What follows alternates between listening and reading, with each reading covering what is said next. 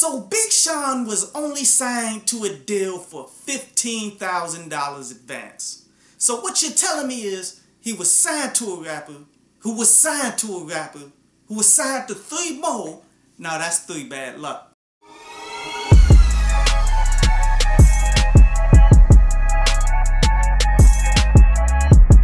What up YouTube, Topaz Jace back for another review, and this one's to that T.I. the Libra. Now before I can jump into the review for this album, first I got to give you context. First I got to tell you exactly how I felt about these things before in the past that led me all the way up to this project. But if you feel as though you already know everything there is to know about T.I., then you can fast forward to this point here where the review will begin. But where should I start about T.I.? Let's start from the beginning. To be real with you, I may have been the first person to have heard of T.I. here in Charlotte, North Carolina. To keep it 1000, T.I. was the very first rapper that I ever came across that I tried to put people onto. I still got the pre-copy of the I'm Serious that came out before the album came out. It is still easily T.I.'s most slept on album of all of his projects that he's put out to this point. I'm not gonna say it was the best or anything, but yet it was from the heart and it was from the South, and I definitely respected it all the way. His next project was Trap Music, which this was easily his most raw of projects that he put out there. Say what you will, I'm Serious actually did have some radio friendly type songs on there, but yet Trap Music was just the rawest of it all. It was just, I'm giving you all trap drug talk before this was even popular. To be real, it is the foundation, or at least one of the pillars of the foundation of what trap music is today. Sure, trap music today took the worst elements of it and emphasized it all the way, but you cannot deny the fact that this was the thing that established and changed the course of music. Then you got his breakthrough with Urban Legend, where this was the thing that solidified T.I. into the platinum recording artist that he's still notable to this day. Next came the King album,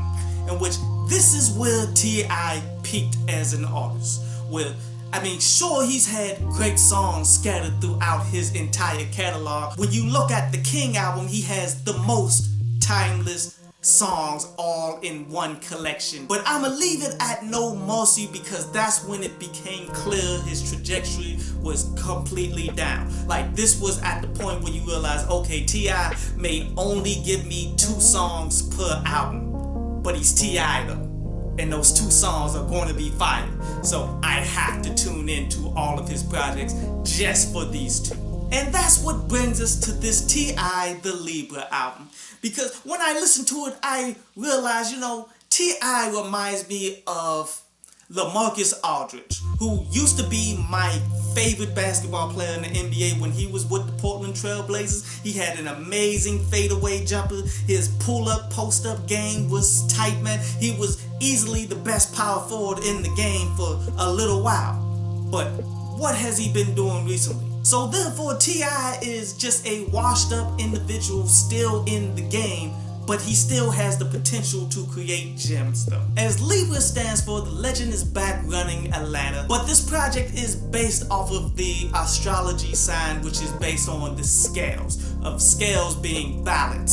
So therefore, T.I. is trying to balance every aspect of his life on this one particular project, and the way he did it was dividing it into 3 different albums, in which you can tell is jumping from one album to the next when you get the interlude. Each interlude introduces it pretty much, as the first section is pretty much the trap music, the second album is pretty much his lyrical album, and the last album is talking about consciousness of what's going on in the streets, as everyone has been doing that, but yet that's him trying to find the balance of who he is as an individual, and I respect that. But what I dislike about it is, again, we're only getting 2 songs, and even though he thought this out pretty well and he organized it and he's trying to deliver balance and he has things to say on every avenue, it just doesn't work because the music just isn't of the caliber that it needs to be, or that he has shown that he can do. And it's maybe because, as he said it, he's getting a bit bored with this whole game. But let's go ahead and break these on down, starting from the Trap album right here, man, the part 1, where I was majorly disappointed in this because this wasn't him showing the trap rappers of this generation how to do it. This is him fitting in with what they are doing. Instead of continuing to push forward this trap music that he's already established the foundation of, he's letting everyone else do their thing and he's just keying in on what they're doing, you dig? Like, you're no longer the center of the galaxy, which is fine. Like, you don't have to be the center of the world all the time in order to make music and all that, but yet, as a founder of trap music, you should always be pioneering to the next level instead of, oh, this is what Young Thug is doing. Alright, let me get Young Thug on the track again and we can do what we do. Now, I will say Hit Dogs Holler was interesting, and that On the Hood was interesting too, because that wasn't just necessarily trap music. He went more on the West Coast, but that was more fitting in on gangster West Coast music instead of doing a revolution of it. Now, my favorite part of this album was part 2, which was the lyrical side of it.